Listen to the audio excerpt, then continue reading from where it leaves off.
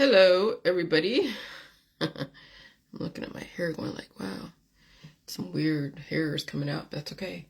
So, yeah, once I figure myself out, then I figure out humanity, and then humanity will figure themselves out based upon, you know, me as I'll say the platform. What would I call myself? The baseline? I guess the baseline. Yeah. I mean, we all have to compare ourselves against something to figure out where we are based upon our intention. Okay? And even then, relative to your purpose and intention and outcome, it doesn't always seem to work. And so it's always good to get a wide array of examples out there or samples in the population. And so that's why you keep a diverse Facebook, because you don't get too tunneled. You don't become too homogenized. I have friend requested people that I don't share really the same belief systems, and they're really opposite of me. But I appreciate their thought process, and I work in conjunction with that. And so what I figured out how to strategize my own evolution is to consider other thought processes. Some I will believe, others I'll be like, dude, here, let me give you my spin on it, but I won't do it on their Facebook. Okay? Because that's not for me to go and start a war on anyone else's Facebook. Sometimes I do toe the line, and when I do feel emotional or triggered by something, and I even go on their Facebook, I try to soften the blow, but they even know that I'm kind of like, what the fuck? And I try not to do that, but I'll tell you, that's when I know I have to deal with some shit inside and come to terms with certain things, and then figure out my thought process and post it on my Facebook. So I know when I respond to someone that's opposite of me on their Facebook, I have shit that I have to work out. And I do work it out, and then I do it on my Facebook, and everybody's happy, and I still like the person. They still like me. I can appreciate her the other things in the world, and that's how I think the future of people interacting with each other should be. But as you know, you can't should people. It's just be the representation of the world that you want to live in. And that's exactly what I'm doing, is being the representation of the world I want to live in. And it's a difficult journey because it's a lot of growing pains, and even acknowledging one's own issues and foibles and shortcomings, and then correcting it. Okay, so I figured out that throughout my whole life, it was the aggressive estrogen dominance that was in my body. And that was the thing back. That's what people were telling me. Oh, stay off of coffee. Like, people were telling me these are the foods that encourage more estrogen dominance. And I'm like, I don't want to starve myself. I've been estrogen dominant ever since I was a fucking kid. That was bred into me to be freaking hot. And when there are hot chicks in society, they're estrogen dominant. And there's so much genetic therapy going on, and even in the medicines and the herbal remedies and even the food supply, okay, that for women, if they are bred to be estrogen dominant, totally hot, like a sex object, that's how their society will program them. And then, of course, the movies and everything else, okay? And so so the sexual dominance, or the estrogen dominance, leads to sexuality. And then also that causes so many other diseases. And so when I was spending my whole life trying to balance out those hormones, and of course, who you're attracted to, I mean, I was attracted to extremely manly men, like men that were bad boys, because that's extreme testosterone. People are like, why do girls fall for the bad boys, the rebels? Because when you're extremely estrogen dominant, you're looking for the other side to balance you out. It's the ones that you don't get along with that are more like you, right? Because that's like two things competing with each other. And so that's why when I was hanging out with someone who, before, who was more like me, had more estrogen, it didn't work out. There wasn't a chemical reaction. And that's what dating is based upon, is the balancing of the hormones, the chemical reactions, and of course where you are in your world, in the place of your life and all that. And so now I understand why he was attracted to my husband. Because, yeah, I was so estrogen dominant even back then in 2010. And he was the epitome here in Ohio. It's testosterone dominant here in Ohio. I'll tell you, there's some manly fucking men out here. Of course. And so that's why, and so that's what I needed, was someone completely the opposite of me. And it had its own war and evolution, of course. But I had enough of the gifts that my parents gave me as a child and throughout my whole life of me looking for the one that allowed me to utilize those gifts once I let the dust settle a little bit and I can relax for a moment. But yes, it's the extreme sexualities of estrogen dominance, testosterone dominant. I mean, there's progesterone and all those other sexual hormones, but I'm looking at those binary codes of estrogen and testosterone.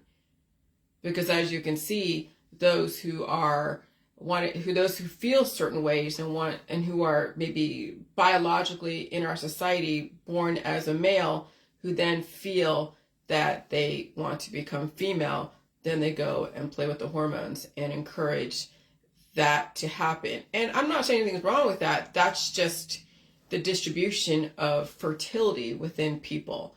And then, of course, who you're attracted to. And so that's all the aggressive sexuality. But my curse of premenstrual dysphoric disorder came from the estrogen dominance, that I had too much estrogen. I was way too fucking female. Like, way female. Well, how can you be too female? Oh, let me tell you. I mean, it's great. Yeah, you're hot, but you're being driven by these demons. You're being driven by demons. That's what, and if you're lucky, you get some kind of academics out of it. And that's, that was the Breakfast Club, was that you had a hot female that was relatively smart. So then she could be the muse for these men out there who have been bred to be very smart, like the people like Bill Gates, the nerds of our society, like the Jeff Bezos, like all the politicians with the hot wives, or these real estate agents, okay, that have hot wives, but not all of them have the training behind them, and so they're just, they're just cute to look at, and that's about it. They speak well, they're polite in mixed company, and that's pretty much some of these women. They're Stepford wives. But there's not much going on up there, and if there is, they are not allowed to display it. Because there's a role that they must play. Okay? And so, so my curse of premenstrual dysphoric disorder was the fact I had too much estrogen, looking for the extreme male, the testosterone, to balance me out. And that's where all the bad boys come in. And there were some pretty bad boys out there that were brutal, even if they were smart, because that's what they were bred to be. These boys out there, especially in Silicon Valley, they're bred to be smart, looking for someone to screw, and that's it. They're not looking for a wife until they're ready to find that one woman that was bred from a good home, has a degree, has, all this stuff. And so he screwed the Lolitas out there and then looked for one that was like a Madonna and the whore. She could be, a lady in the street and a whore in the sheets. That's Silicon Valley. And even over here in Ohio. But when you're reduced down to that,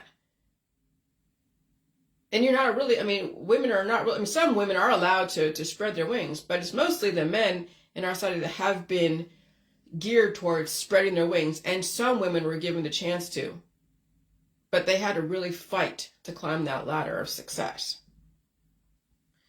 And so that's the danger of breeding extremes. You will cause a war. That's why I feel for the men and women out there in society developing children who are in each end of extremes, because they are not prepared for the aggressive war. And will they survive the wars between the hormones and the sexes? Hot males and hot females becoming targets, and they bring in politics, religion, science. Now you have a storyline. What are you setting your kids up for? You can only answer the question. See, I understand myself now, and I understand society balancing the masculine and the feminine in a person so they have a major longevity or immortality, and that's what I've done. That's why I was trying to show you guys that the females in the 1930s and 20s, they were hot. They were very extreme on each end, very hot and very extreme.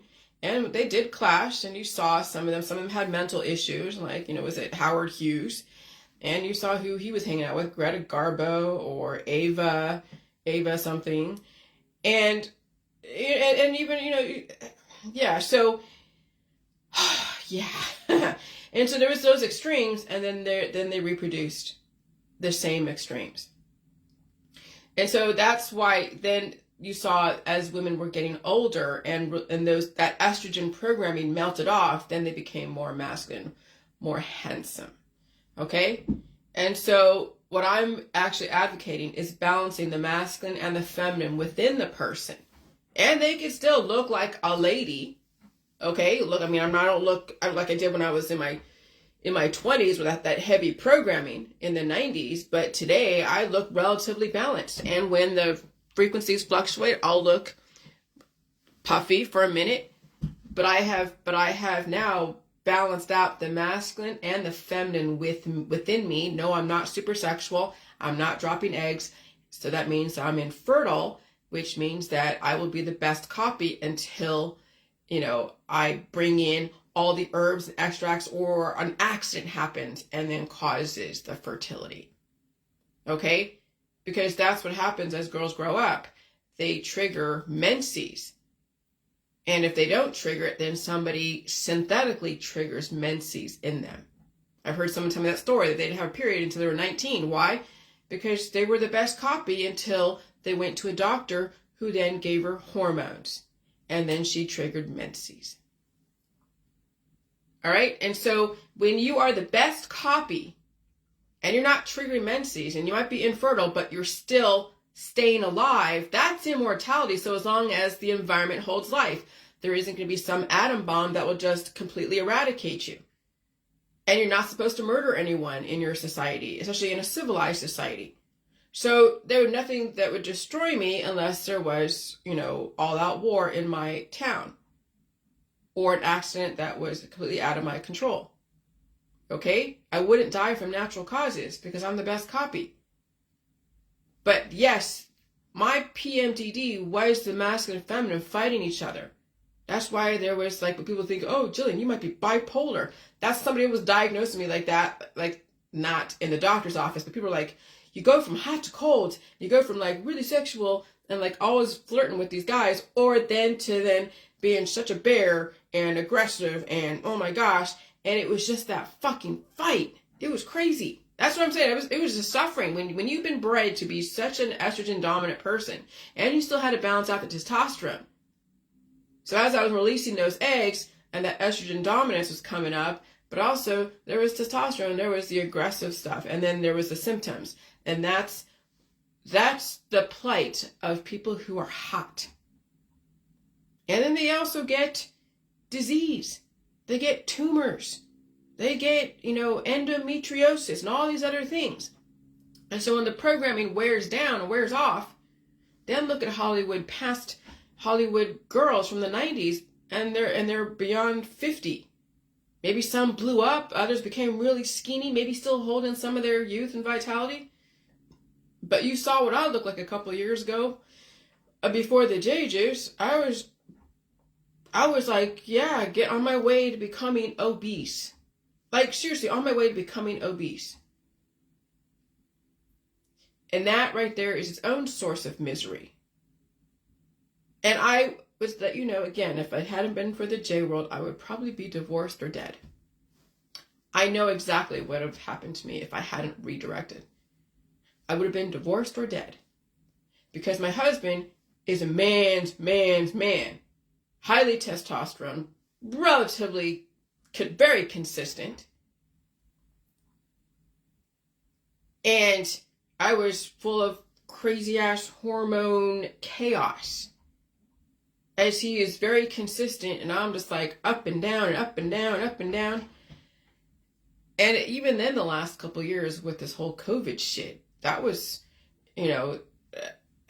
he had to figure that out, but that was something that, everyone was getting sick. So I didn't have too much of an issue trying to explain that, because everyone was dropping like fucking flies or getting sick or dying.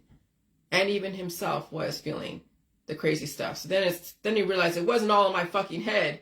It's just the fact that he had an immune system that was pretty strong with the environment before 2019. But when the environment changed, everyone's affected. And then your hormone distribution comes out. And then it's a war. Okay? And so, yeah, so balancing the masculine and the feminine in a person so they have a major longevity and immortality. So yes, testosterone and estrogen are the major hormones that determine sex. Too much on either end will cause crazy imbalances and die suddenly. You must understand how to balance your hormones without getting caught up in the politics around it. Okay, so that's why I post you pictures. That's why I post pictures of myself, because I don't look like a man. I balance out my testosterone and estrogen, and all my plumbing works. And I don't have crazy sexual desire, which will save me in the long run. Okay? And so when I'm saying that men can temper their aggressive testosterone without looking like a chick, it's when man takes so much estrogen, they change genders, and that's when people have an issue. And I understand that, okay? But I was hot back in the 90s. And I've tempered my hotness. And so when that programming wears off, my mother then gave me another programming called academics. See, she gave me so many gifts. It wasn't only just being a hot chick back then, and then having that hot chickness bloom around the 90s and 2000s. It was then the desire for fucking knowledge. The background of reading and encouraging curiosity in knowledge, in understanding the world that I lived in. That was another fucking gift that she gave me. See, your parents are either going to make you or fucking break you. And some parents don't set up their girls correctly, and so these girls are left then like the Breakfast Club. Okay? They're left to be then like an OnlyFans. And they might go to college for a minute, but their sexuality is going to overtake any kind of potential of changing the world because there's so much redundancy in our population. You see these chicks, teachers making $42,000 a year. Okay, whatever. It's not a whole lot, but hey, if you're a teacher and you're living, living within your means conservatively, yeah, you can survive on that. And you can save money and do whatever. But look, she's like, yeah, you know what? I'm not going to do. She wants the American dream. The teaching wasn't her passion, so she's on OnlyFans. She has the assets for it. Yeah, she had the brain, but it was the boobs and her vagina was going to make the money. That's what some of these girls are now facing. Hey, if you want to be a millionaire off your assets, then you're going to have to keep doing that.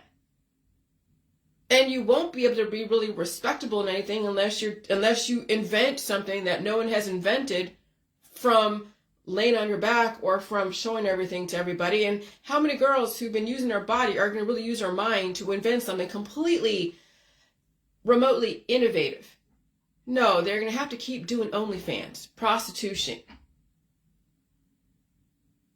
And if you say, well, I'm going to make my $2 million, $3 million, how long is that going to last you? Especially if you're doing the J world. Now, if you're doing the J world and you want to do the OnlyFans, how are you going to explain that years later when you get off the OnlyFans? Everybody knows that you've done this and you're living, and whatever, and somebody has record of you. People say, oh yeah, when you delete your OnlyFans account, everything is gone. No, somebody has record of you. Somebody has record of you. OnlyFans has record of you. And if you do anything outside the lines in the future, even in the J world, and you've gotten you have your immortality, whatever the hell that is. Now you want to go to school and go do this, and then you're pissed off at the system. Maybe you are, maybe you aren't. Who knows? Or maybe somebody wants to knock you down several sizes, or they don't want you to compete over here, or you're too influential over here. Who's to say, right? That OnlyFans is going to come out. That's why you have to realize that it's not making the vast amounts of money, because you have no idea what's going to happen in the future. Data breaches. And so you stay within the confines of the law. You don't compromise yourself, even through some of these crazy accounts where you can be tempted to make millions of dollars off of what? But yes, if you're a temporary person and you get $1 million for your tits and ass, enjoy it. Enjoy it. enjoy it. Okay? But anyways, men can still look like men and temper their aggressive hormones, and they would still look like men. They don't have to look like a Caitlyn Jenner. It's when you're doing hormone therapy is when you're trying to go from one extreme to the other. Just eat food, release the demons, like I have in my book, and you don't have to be afraid of turning into a man or a woman if that's not your desire. So please don't intend to misunderstand me. I'm reading this because this is like a recap from yesterday, so that I can build on the next thing I'll say in the next sections. As far as people attacking me 3 years ago, the argument and the problem was between me and the moderators, and the argument and the problem was between me and the government, okay? So no more attacks to people that have done shit to you, all right? And so I'm going to leave that alone. And then, I already read that. Okay. And so I'm not going to go all the way, but I wanted to just kind of put that in. And right now, where I'm at right now, if you want to set yourself free and leverage your position in the community, no addictions, no health issues, okay? Freedom is when less is more. When you understand less is more. No consumerism. Live very simply. Lessen, if not eradicate, your friends base and start feeding your brain. Or else you are a slave to everyone and yourself and your addictions, and you have no one to blame but yourself. You want to set your children free? Tell them the importance of living almost indefinitely, and don't encourage them to have families, because their family may not survive on the way to 2050. It is already in the cards. Set your family free without destroying them. Okay? But if you choose to die for your beliefs, then you have no reason to be mad at 9/11, because they chose to die for their beliefs. And they took many people down with them. 2,000 people. And so if that is your intention, is to remedy people's disease and resist what's going on and die for your beliefs in politics, religion, science, then all you're doing is following in the footsteps of those who perpetrated 9/11. And you're taking your audience down with you, even your family. And so with your 2,000 followers, and you are recommending your remedies, your surgeries. Imagine what Muhammad Atta did to those in 9/11, who took down at least 2,000 people. Now times that by 7.9 billion people. I'm not willing to die for my beliefs, and I won't take any of you down with me, and I live for my beliefs, and I'm giving you guys a choice. Okay, so now you understand that fertility is what will be taking humanity down progressively, systematically, and you have a chance to redirect. How does that mean? You release the demons out of your body and you feed yourself. And you don't intend to have a family. You don't intend to manage disease. You intend to release the disease and feed yourself. And then that will also develop a great reset to your body, so then you're not buying so much shit. You're not so attracted to something to balance you, because you're already balanced. The fact, here's the thing, things have changed between my husband and I as far as just how we interact. It's not as highly volatile as it was a couple years ago. Okay, as I was going through my changes of becoming a balanced person, I had to go through the ups and downs, the high testosterone, the low estrogen, high estrogen, low testosterone. And that, so what initially brought us together would have also driven us apart. Because how long can you live on fireworks and chemistry? And people are like, oh, I have a wife and she's gotten too big. I'm not sexually attracted to her anymore. Well, that's because that was what you built your relationship on, was that she was going to be the broad mare, bear you kids, and be your sex toy. And when she doesn't look like the sex toy anymore, and the kids are grown up and they're already out there playing and doing whatever, now you have nothing. There's nothing in common. But so with my relationship with my husband, I have to keep proving my worth as well. He's already proven his worth because he goes out to work every day and does what he does. And he doesn't spend us out of existence. And if he does, then he figures out how to figure shit out. And he has. Okay? And so when you're in a relationship with someone that, yes, fireworks brought you together, but fireworks could have also driven you apart, how do you then redefine the future relationships? And so I had to release all of that crazy ass fertility, all of those fireworks, and it changed a lot of things. And he's figuring out that, okay, there's got to be changes in my world and his world for us to work together. But we've built on just the sexual tension. There's more to our relationship than just sex. Okay, people are like, oh my God, yeah. And I don't party either, so we're not building a relationship on partying and cultivating a huge friend base, because that also costs money and it also causes problems.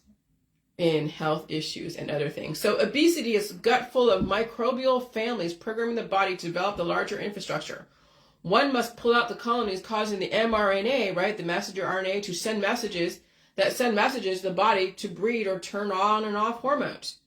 Okay, so emaciation is when the families inside of your body are eating the infrastructure like a Pac-Man, causing the accelerated aging process. Basically, kids, juvenile cells in your body causing chaos and no regulation and no real purpose except to destroy and cause destruction. Two extremes on either end is it died suddenly.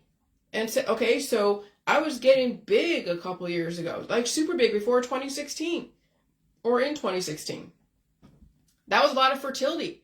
I wasn't releasing the demon. So I was getting slightly bigger and bigger and bigger. And eating is not a bad thing. It's the fact that how you manage the life in your body. But what do people do? They go from one extreme to the other. They either eat themselves to death because they're not releasing demons, and so they die from obesity, or they do all the different drugs and remedies or surgeries, or they starve themselves. And so the body cannibalizes itself. People go from one extreme to the other because they don't understand the programming is in their colon. That's the programming. So when you think about men, like, men that are GAY and they do ANAL sex,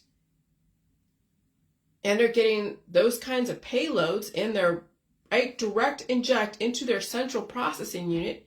Can you imagine how much diversity is in their gut now? Eating them out from the inside, causing either obesity or emaciation, or somewhere in the middle based upon the person's biochemical infrastructure.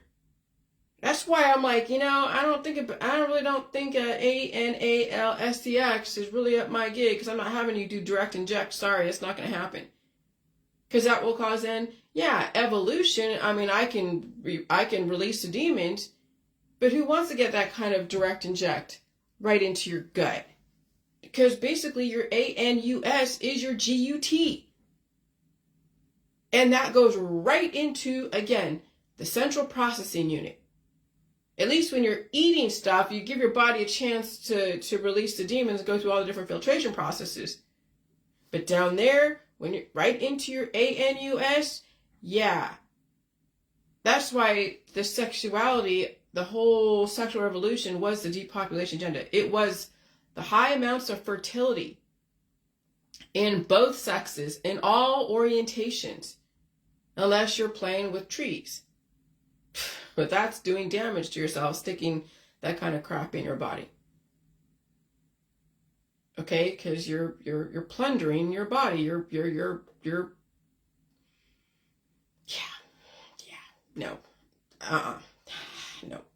Okay, so that's why, that's why a lot of cancers, colon cancer, anal cancer, testicular cancer, ovarian cancer, cervical cancer, breast cancer. It's from all those offspring from the direct inject of the mixing of the fluids. And nothing is wrong, right? It's what people will naturally do based upon the biochemistry. However, who's releasing those demons? Are they surviving their sexual orientation? No, people are burying each other left and right. Okay?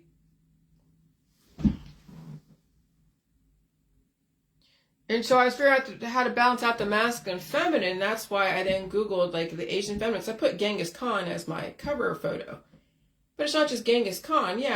I'm not worshiping him, but he's an icon of the past that I'm sure I have some kind of lineage to. Many, many degrees removed, but it's still within my bloodline somewhere, probably 0.00001%, but who knows? I haven't done any kind of genetic testing, but it doesn't even matter. It's what he represents is what I am promoting. What he represents is uniting kingdoms and thought process, cross-pollinating ideas. And then you have the lady True Vietnamese. She's a warrior, right? A warrior in the 3rd century of Vietnam who managed for a time to resist the rule of the Chinese Eastern Wu dynasty. She's also called True T Trin, although her actual given name is unknown. She is quoted as saying, "I'd like to ride storms, kill orcas in the open sea, drive out the aggressors," well, release the demons, right? "Reconquer the country, undo the ties of serfdom, and never bend my back to be the concubine of whatever man." You know what a concubine is? It's like a second wife. A sex slave. That's what they do in some of these Asian cultures. You have the first wife, then you have all the concubines, so he can get off on all of them. And they're just used and abused and thrown away. Like some of the geishas, concubines. There was a movie I saw called Farewell, My Concubine. Saw that a long time ago.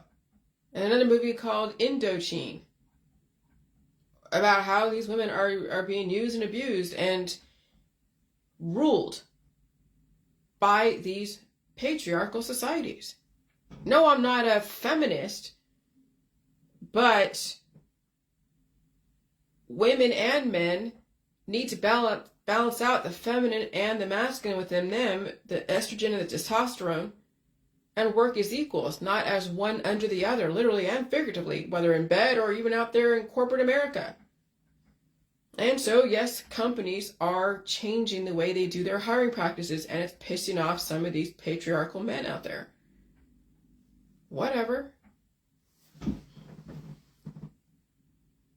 Okay? And so when I'm advocating now, I'm talking about family, where all family takes care of each other and no one dies. It's not just, it's not just like, oh, promoting family. No, it's if you're going to have a family, if you're going to have an animal, or if you're going to have a family, then your intention is to not only stay alive yourself, grandma and mother, and that's assuming that you're going to have children that are going to help you stay alive. But that means that you stay alive, grandma, mother, great-grandmother, whatever, and your children, your great-grandchildren, all stay alive together. And it could be in one household, or in a town, or you're all over the world.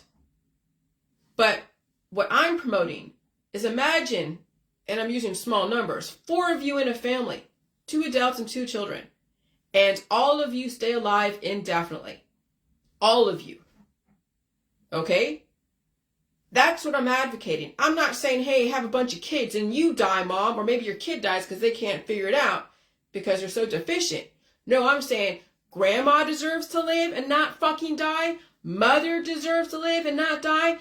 Child deserves to live and not freaking die. Fathers deserve to live and not fucking die. Okay? You all stay alive and take care of each other. The land, develop amazing skills, and no one's dying and no more reproducing. Because that's done with. Now you have a unit of people that you can depend on. That's been there with you since day one, since you figured out you didn't have to die someday. Because yeah, we know the kid wasn't there when grandma was born in day one. But when grandma finally got her life back, and she's not so in pain from disease, she has relative equilibrium, and she's now helping her sons and daughters and granddaughters to stay alive, and you've all been through hell doing it. Now you have a unit, a strong family unit. And that will go further than people just dropping off in families. Oh yeah, sacrificing. Sacrificing somebody so that way somebody else can get ahead. And so you have company, people who have known you ever since day one. That is what I'm offering to the world. What's wrong with that? Does this ideology deserve so much hate? No. When you intend to have a family and everyone should stay alive, in that family, no one should be expected to die someday. Grandma should never, ever be expected to die. That's family to me, or else you're just sacrificing people for your own personal gain. I have no control over my mother, my adopted mother, or my father, or even any of my sisters, adopted sisters, whatever. I have no control over them, so they do what they do. But if you intend to have a family, then you can't fucking die. And neither could your kids.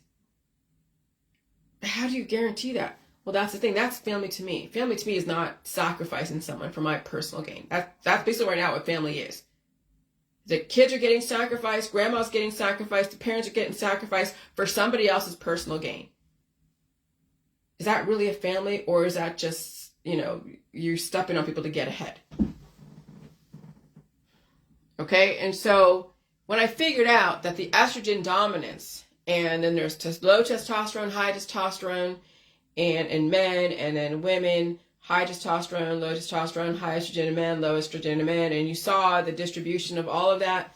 And I did 50 different screenshots of all of that and made a reel so you saw what that looked like in the population. When you watch Selling Sunset on Netflix, real estate, millions of dollar real estate, and who represents them? High estrogen filled women. They do the Botox, the surgery, skinny, and of course are always in some kind of cat fight with each other, misunderstanding each other, competing with each other, screwing each other, and the men in that. So I wanted you to see what low testosterone. Yeah, you get the soy boys, you get the obesity, the soft men who are resenting the fact that they're so soft, so they go overcompensate and they lash out. And there's those men out there, and they brutalize their wives as well because they are losing what they think is their manhood. And so how do they gain it back? By brutalizing someone that's smaller than them. Yeah, that's the quintessential domestic violence. It's the weak people that beat up spiritually, like, verbally or spiritually or even physically, the people that are not as strong as them, and even their children. Okay? So you have that. So you have the low testosterone. Then you have the high testosterone guys, high steroids, and they're working out, and they're also domestic violence too. And some of them are brutal to themselves, to other men, to their kids, to their wives, right? The extremes on either end. That's why these poor men are like, what the fuck? They don't even know what to do with themselves. They have issues just because of the social constructs and the hormone distribution. And the programming is wearing down, wearing off, or they've always had an issue with balancing hormones. And they suffer ridicule and pigeonholed and all that stuff. And so you saw what examples in Hollywood showing the low testosterone, high testosterone, and then in the women. Estrogen dominant, then they're becoming bigger. Or their program breaks down, they get bigger as when they're over 50. But when they're like in their 20s, estrogen dominant, or 30s, and they're trying to hold on to that, and they're starving themselves and doing Botox, plastic surgery, then they look like those hot chicks that you're seeing all over Hollywood in these marketing shows. Okay? And so I said these were in the Facebook reel I did below in case you wanted to study them. So now you see what the problem is in our society, literal sexual hormone imbalances, causing so much excessive fertility. And then during the climate change, the extremes of our society will go to the wayside. So I said, eventually, when the heat is really turned up, and all the extremes on either end, the high estrogen women and the low estrogen women, the high testosterone women, all the extremes will die off. Supernova. And the ones that can balance out their estrogen, progesterone, and testosterone, will be able to handle the growth and release. And they'll balance out both sides. And then they step out of the wars, because that's what the wars are. It's gender wars, political wars, religious wars, all have to do with hormone distribution. And that's what probably led to that person just lashing out at me because of so much of the testosterone. And didn't like the fact that his testosterone was being challenged by potential estrogen, influence. Doesn't mean you're going to turn into Caitlyn Jenner. That's how people take things to extreme. No, you're not going to turn into a Caitlyn Jenner, okay? That's not what your intention. Your intention is to just fucking relax, soften up the extremes in your hormones. I've been around steroid-filled men that were alcoholics, like serious alcoholics, and did steroid shots all the time. Full of rage. And they were brutal, absolutely. I survived one that, holy shit. Okay? And I got lucky. I didn't die in that situation. But I've been around them, man. It's pretty scary being around roid rage. High testosterone roid rage. And alcoholic drinking Jack Daniels all day long, all night long. That's some pretty aggressive shit. And who do they cultivate? The extreme exotic estrogen-filled women. I mean, that right there is the epitome of the sexes at war with each other and also attracted to each other. It's a trip. But I went through my own lows that I was going after the bad boys, and that was the extreme bad boy. And so You know, I survived that, and even later on when the police were like, hey, we want you to testify because he's in a court case, and I'm like, I ain't going there. Fuck no. I put myself in that situation, and whatever it is that happened. No, not a big deal. I survived it, but I'm not testifying because of what he did to somebody else. I'm sorry, but, you know, that's how shit comes back at you. You're trying to get justice for somebody else. Nah, if I wanted to get justice for myself, I could have done that. But no, I put myself in that situation. And so I reaped the what is it called? The consequences. I survived it. I have no animosity toward that person. They have their own shit to deal with. Can you imagine being stuck in that kind of testosterone-filled rage where you're victimizing other people? Yeah, I can imagine that's a suffering like no other. But it's not for me to go and commit justice on people now. And so I didn't follow that case. I don't even care. But that's what I'm saying. It's like, you know, you got to pick and choose your battles. And you don't want shit to come back on you because you have an axe to grind. You release the demons. You acknowledge where you made a mistake. You never get to that place ever again. I mean, I'm sure meeting my husband, people are like, you could have repeated the same mistake. Well, I listened to my husband before he was my husband, and he talked slower. He might have been drinking at the time, but he was not like the people that I've met. And I had enough influence, and he was relatively, he had a nice sister, and he has a nice sister, and she was looking out for him. His family was relatively okay before we all got together. And so that's how I kind of measured that I was relatively safe in this situation versus dying in a basement somewhere, which does happen, okay? So I had, I would say luck and skill, and just all the stars were aligned correctly. All right,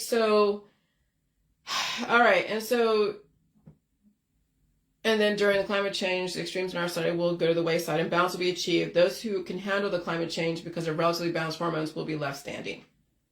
Okay? You literally have to be adaptable to the changes, and you can't be too extreme or excessive on either end. I had too much estrogen dominance. That was my curse. I was beautiful, but I was suffering. I'm finally balanced out, and I have no desire to be beautiful. Okay? And so I said, handsome women in the 1930s, Hollywood. Oh, yeah. So I've showed a picture of a lady from the 1930s. It was in West Virginia or someplace. And she has a pail in her hand, and she looks very matronly, handsome, I guess, kind of manly. But there are handsome women in the 1930s. And of course, there's Hollywood that does see that all the programming of the estrogen, making them softer, more sexual, more appealing, right? So Hollywood was doing the hormone therapy, but those in Appalachia were not. And so that's why those with money look softer or more testosterone, lifting weights, looking like, but looking like James Dean, or looking like Cary Grant, or who else? Other people in the 1930s, okay? But those in Appalachia, there's a lot of hard edges around them. Women had harder edges. They weren't soft. They were hard because they were surviving the land and all that. That's why those men look softer or more testosterone. Hormone therapy, also known as antibiotics, and to get resistance. It wasn't like they were taking hormone injections. I mean, I didn't. Yeah, we got the VACCINESs, so who knows what's been in those.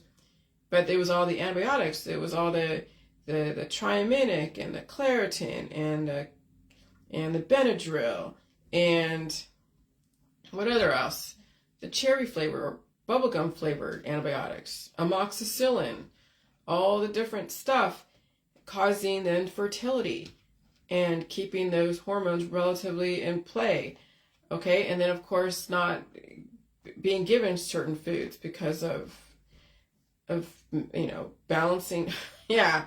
Okay, so yeah, saying, okay, no salt and no sugar and not too much junk food, and here only this. Remember Britney Spears was saying that she was only given canned meat and vegetables, or chicken and canned vegetables, and that was it. That's all her father gave her, so that's what gave her the hot body.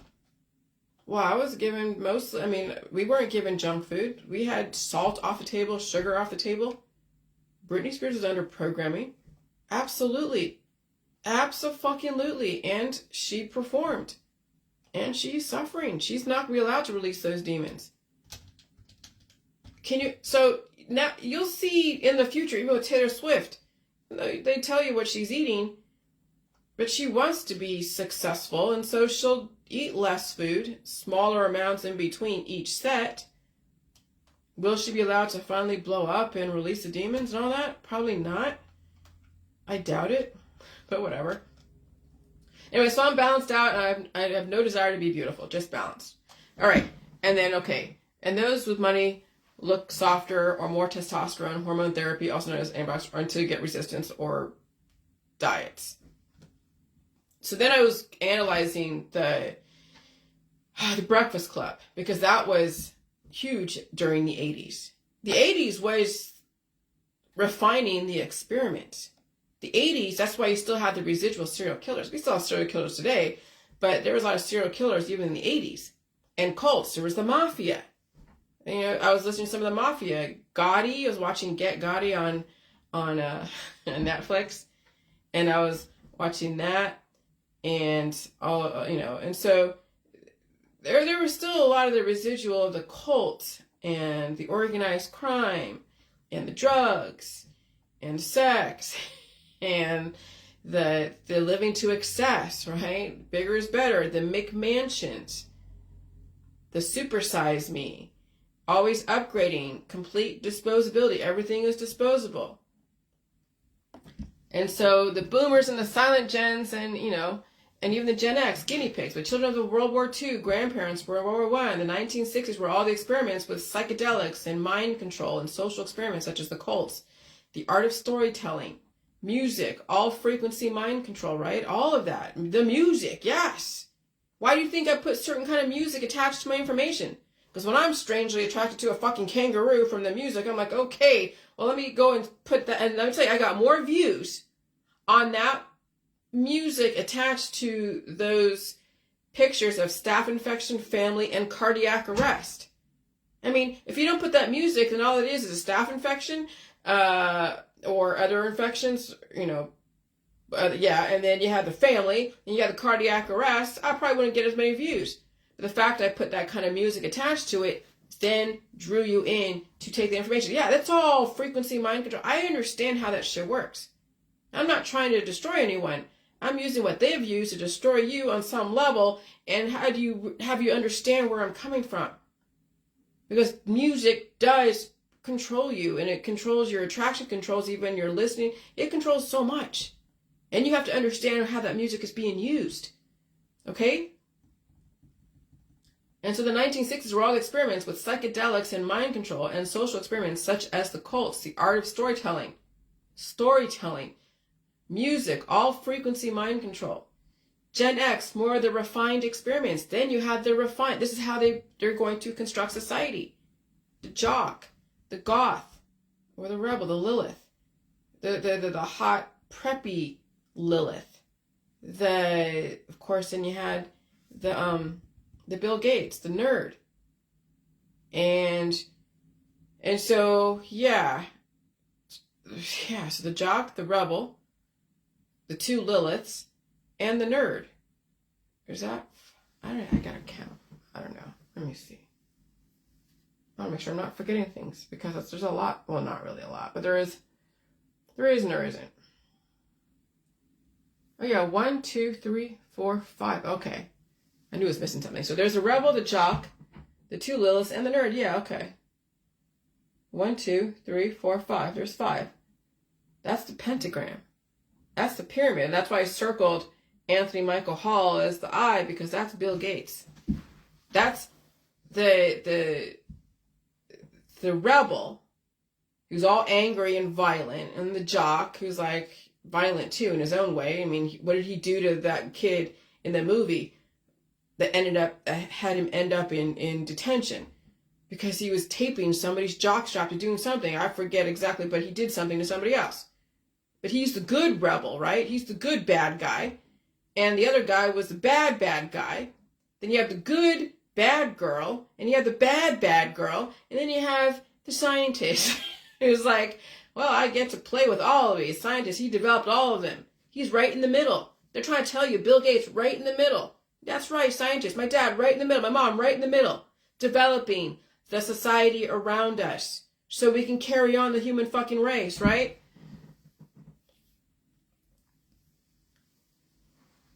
And so Gen X, more of the refined experiments, the female, preppy, and goth, the dark and the light Lilith, that each have their own suffering, but one might be more accepted in the mainstream as the other one rebels against the mainstream. Okay, but they're both mainstream while they might live out their childhood and teenagers and adulthood playing the part that was given to them by their parents, society, and even the schoolyard.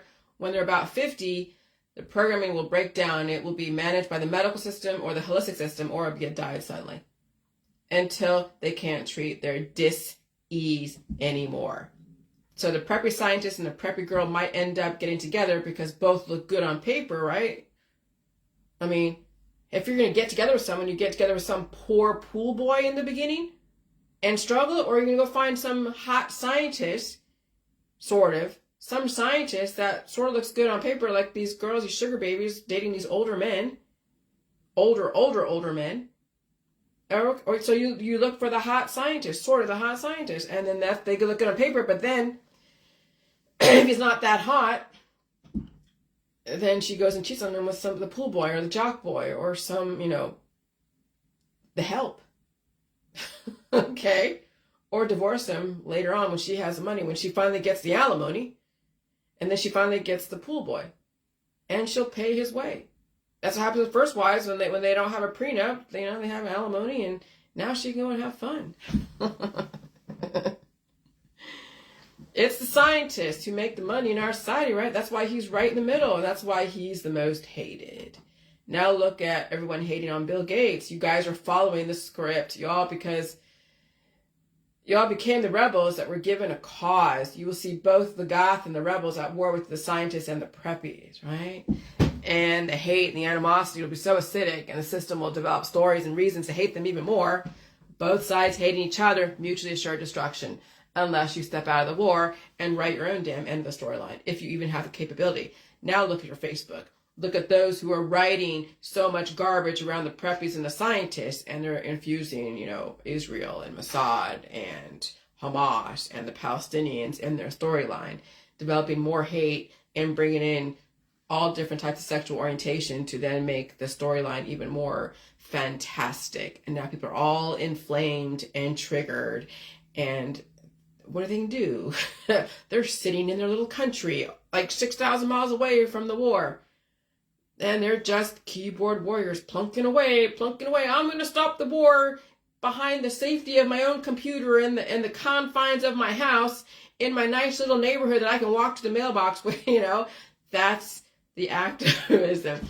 That's mind control. And so feeding into the storyline, depicting the players as exactly how the system wanted them to depict the players, regurgitating and getting agreement. The only reason why you know about the word Mossad and Illuminati, even Hamas and Palestine, is because the system developed a storyline as each person became radicalized in their beliefs. And yeah, even though it's not like they're fictional players, no, they're real players, but you have no control over them. They're behind everything that you're doing. They're the ones that gave you the freaking words and the storylines. They gave you your life. They gave you the reason to live. And what do they give you? The reason to rebel against them. Yeah, come on, rebel against me. But they're all over the place. There's no way to go and find Mossad. They are a collective group of people that you have absolutely no access to, and you don't even know who the fuck they are. They could be your best friend. They could be someone on your Facebook that you're all back and forth, going, oh yeah, let's go, power to the people. They could be the ones that feeding you information. You're like, oh wow, this guy's connected with this. He knows. Mossad could be some of these activists that are leaders. You have no fucking idea who the hell they could be the ones telling you about the storyline. They could be sitting in New Zealand. They could be sitting in America. They could be sitting anywhere. You could be actually you could be listening to an actual Mossad agent. You have no fucking idea who the hell is what. I don't even know. That's what I'm saying. But I do get triggered sometimes by whoever, and you never know if they are organically a pissed off person or some agent who wants to see more evolution and innovation come out of me. So I assume that every troll is some kind of agent for the system, and they are. You know why? Because they're reading into the script, they're buying into the script and acting the part exactly how they were meant to act the part out. See, you don't even know between reality and fantasy because they're all mixed together. And so then you figure out how it is you want to, what your part is in the storyline. Will you be able to redevelop the storyline? And there's no real ending because it never ends. Evolution never ends. You just keep writing the storyline. Okay? And so you adopted and bought the storyline that was given to you. And when you were unhappy with your own storyline, you adopted somebody else's from the comfort of your own computer, encouraging the war against whoever. Because you're not stopping the war. You have no ability to stop the war, but you think you have the ability to stop something from the comfort of your own suburb. That's mind control. When you think you have the power over somebody else behind your computer in your safe house, the story became real to you. And now you're in destruct mode. You're in destruct mode, self-distract, plunking away. Haven't even saved yourself, really. Well, I mean, you could say, well, yeah, I take Jesus into my name, so I'm saved, and now that gives them license to whatever. Okay, that's fine. I made an assumption you haven't saved yourself. But hey, you could save yourself. Okay, that's fine. So I acknowledge I'm making assumptions. Absolutely. As you're taking your antibiotics and herbal remedies, surgeries, starvation mode, because remember, to you, food is poison. The only way you can save yourself in all of this, if you really haven't, is to stop adopting somebody else's storyline. Write your own beginning, middle, and end.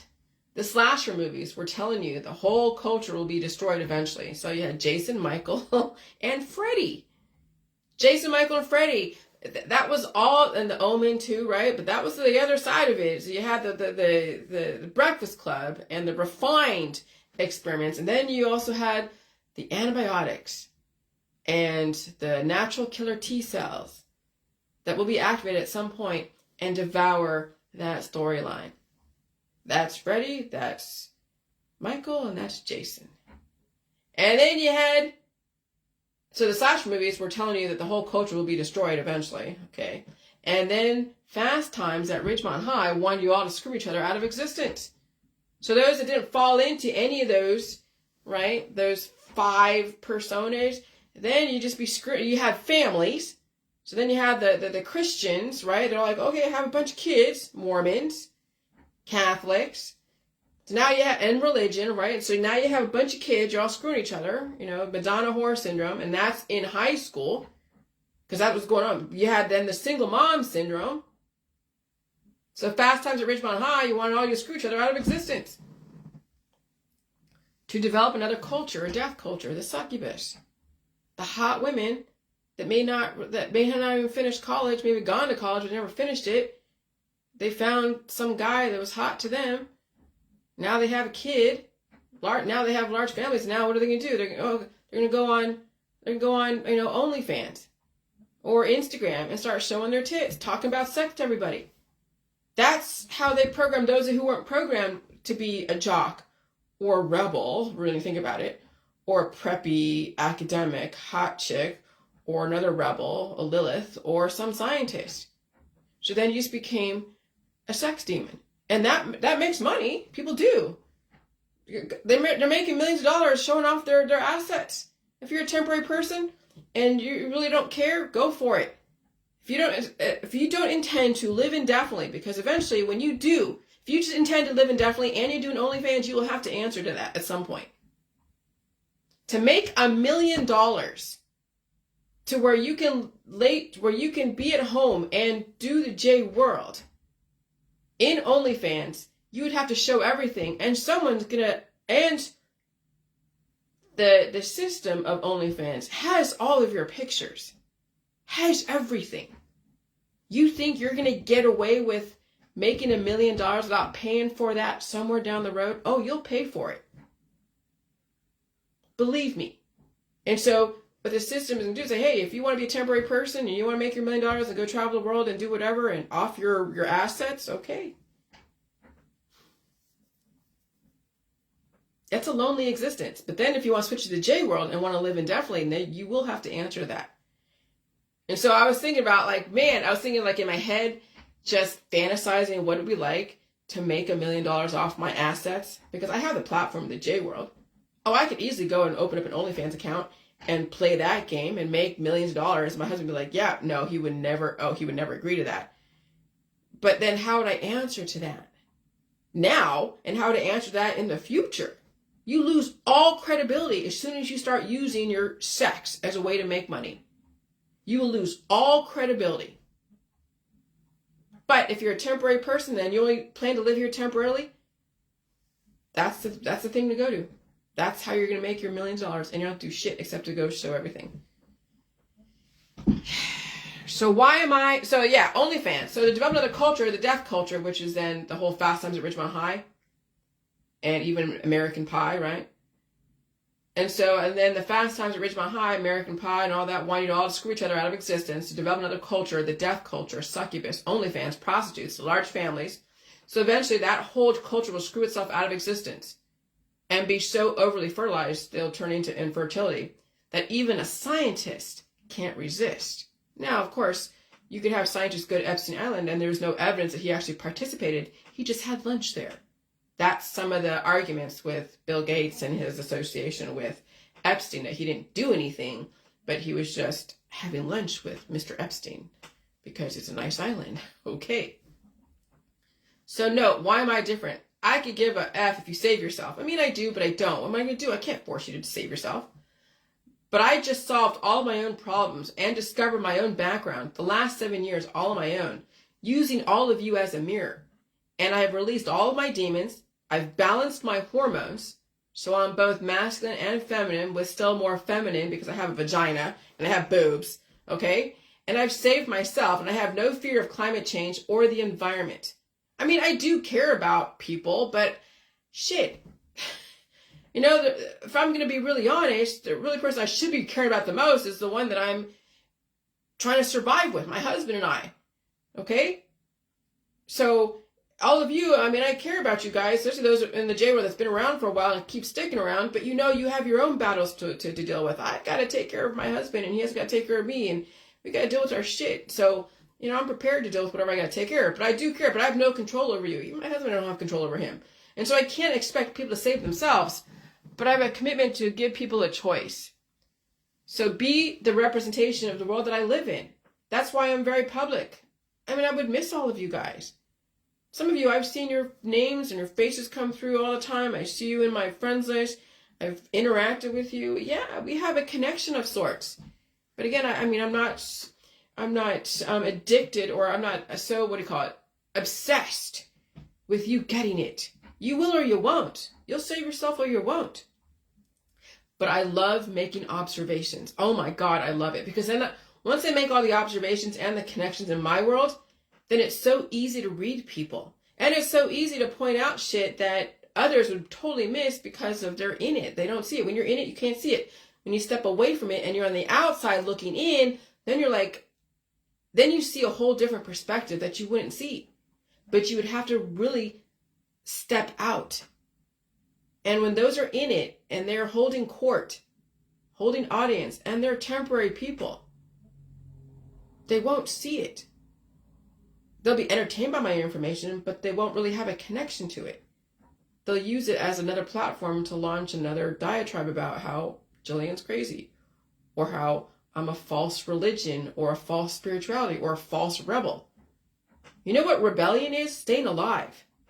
Do you realize that that's the spirituality of death is not rebellious.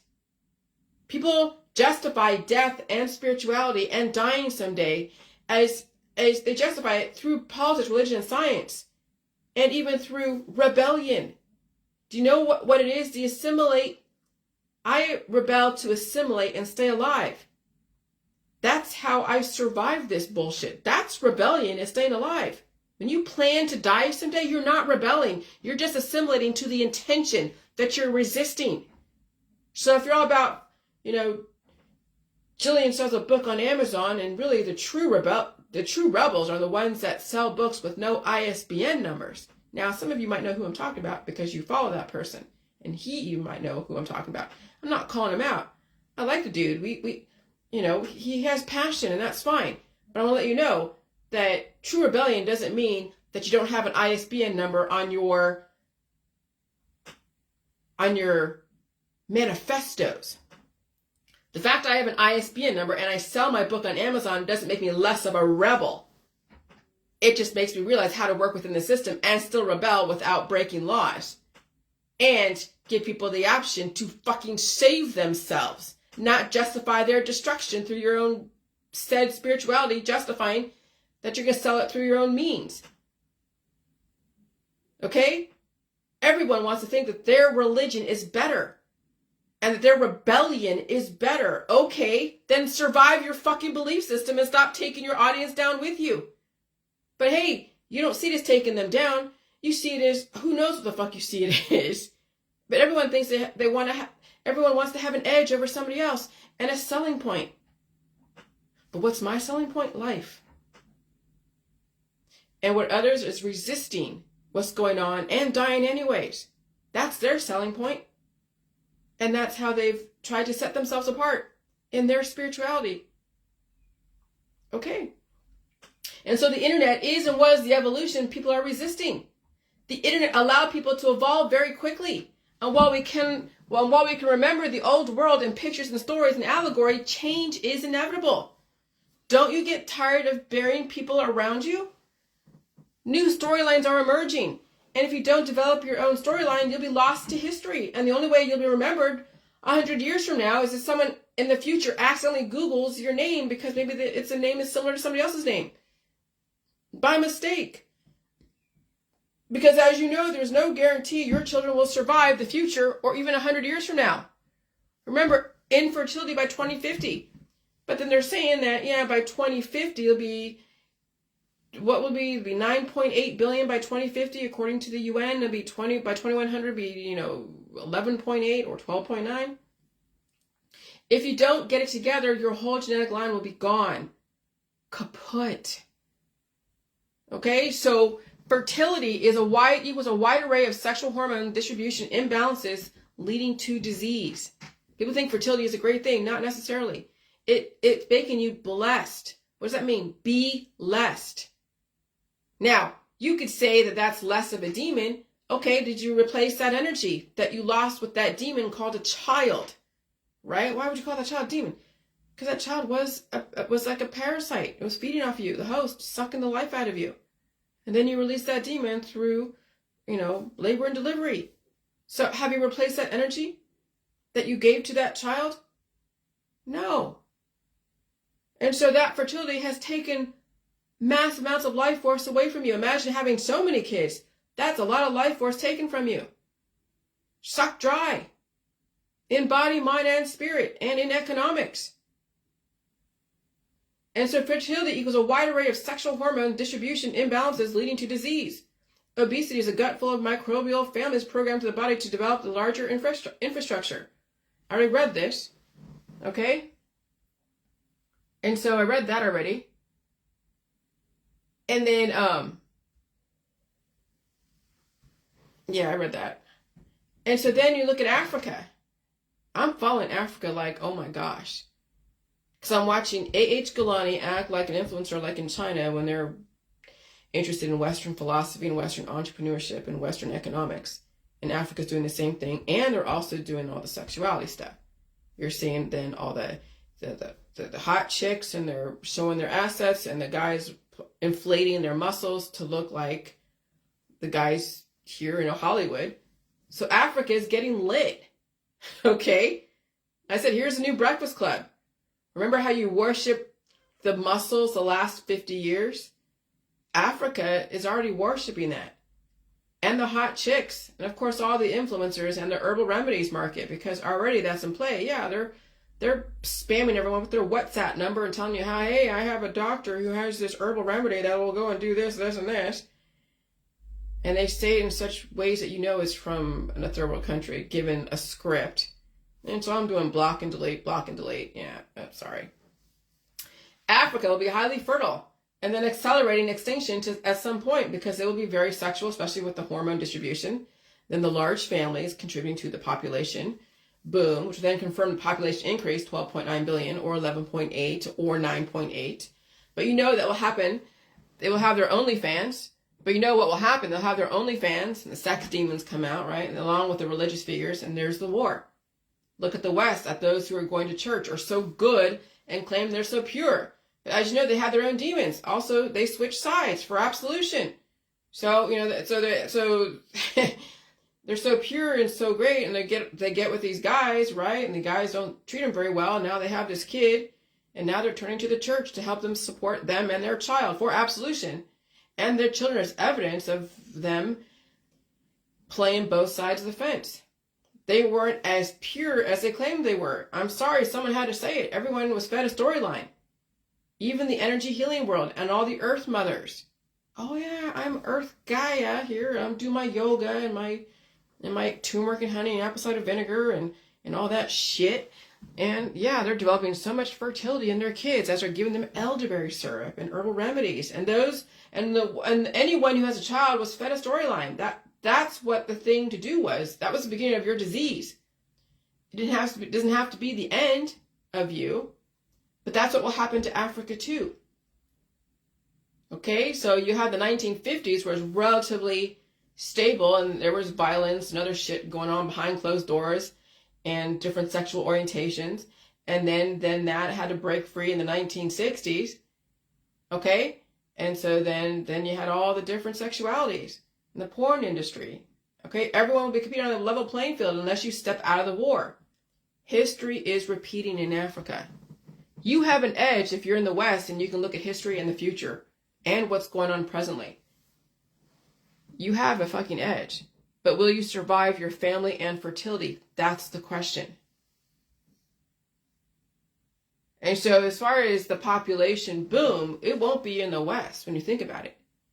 Okay, so when I posted that article from the UN that was talking about population projected reaching certain amounts, people are like, well, I don't understand how they're saying that by 2050 we'll be infertile, but then there's a population boom. And I was telling you, it's not, the West is going to be infertile.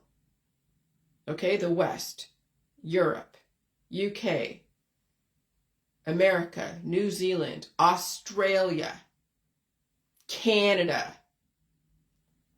Then you have Mexico. Mexico's coming in replacing those who are dying suddenly in America. That's why sometimes my husband said he goes to some places and it's all Hispanic people in some of these factories. It's all Hispanic people. Yeah, they're bringing in those that are able-bodied from down south, replacing the Americans who are dying suddenly and who are weaker. And so when they're saying that there's a population boom, either by 2050, 9.8 billion from 7.9 or 8 billion. And then by 2100, 11.8 or 12.9. I saw 12.9 somewhere. But it's 11.8, but it could change. Okay. But that won't be in the West. That will be in Africa, Asia, India. Okay. South America, Mexico. We will have smaller populations in the West, but Africa, India, and Asia, and Mexico will hold the most people as they go through their own population decline from boom to bust. People in the West will have their own infertility by 2050. 3 billion increase between 2050 and 2100, mostly Africa, India, Asia, Mexico maybe. The West will be tapered down. You already see the died suddenly and the cancer rates in your community and in your family just skyrocket. Everyone's dealing with some kind of cancer. Everyone's been diagnosed. Everyone's managing their disease. Everyone's feeling it, at least in America, in Australia, in New Zealand, in the United Kingdom, in Canada. Okay? That should be a clue to you. You already see the desire to be skinny and work yourself to death and fear of food. You can't possibly think you'll be part of the population boom when your whole family is starving or over-fertilized using oncology or screwing each other to death under the influence of whatever. You can't possibly think you will survive. There's no freaking way your children will survive if you don't change. And Africa has an edge over the West as far as substance and adaptability. They're bigger, have more endurance. But they will have their own bullshit to deal with because sexuality will take them down many notches. Organized sexuality will take them down many notches. And of course, worshiping the family. Obesity, again, is over-fertilization. And of course, being so skinny, you don't have enough fertilization. That's why the West is suffering. And all the other countries coming online will be suffering from aggressive fertilization. And then the most adaptable will win. Okay? And so that's why I kept saying obesity is a gut full of microbial families programming the body to develop larger infrastructure. And you have to pull out that programming systematically and eat food and let things come to surface. Okay, emaciation, when the families inside of your body are eating the infrastructure like Pac-Man, causing the accelerated aging process. Okay, basically kids, juvenile cells in your body causing chaos and no regulation, no real purpose except to destroy and cause destruction. Two extremes on either end died suddenly. Okay, so now I've really figured everything out because I'm looking at my board here and my wall, and I have from 6,000 years ago, 10,000 all the way to 2050, and then the fertility, the family, the religion, the politics, the science, the allegory, and the Lilith, and the balancing of the hormones, testosterone, estrogen, and then my own background, which is the evidence. Anecdotal evidence is, when you understand how to position it, is very relevant because you're not fucking special. Okay? And then understanding the allegory around the obelisk and the vaccines and the penis and the vectors and the pineal gland and then all the generations. And we're in the fifth generation revolution, the fifth industrial revolution, boom to bust, Georgia Guidestones, the cancer, disease. I mean, that's what I'm saying. There's so much. That's why I have to really bring this all out and speak about it. And eventually it will organize in some kind of logical, chronological order. And that's what I have to deal with. How am I going to put all that together? But you get kind of where I was a year ago, and you saw in 1 year that much evolution. This was back last year when my dog was dying. I put this out when my dog was dying in November. Okay? All right. That's it. Bye.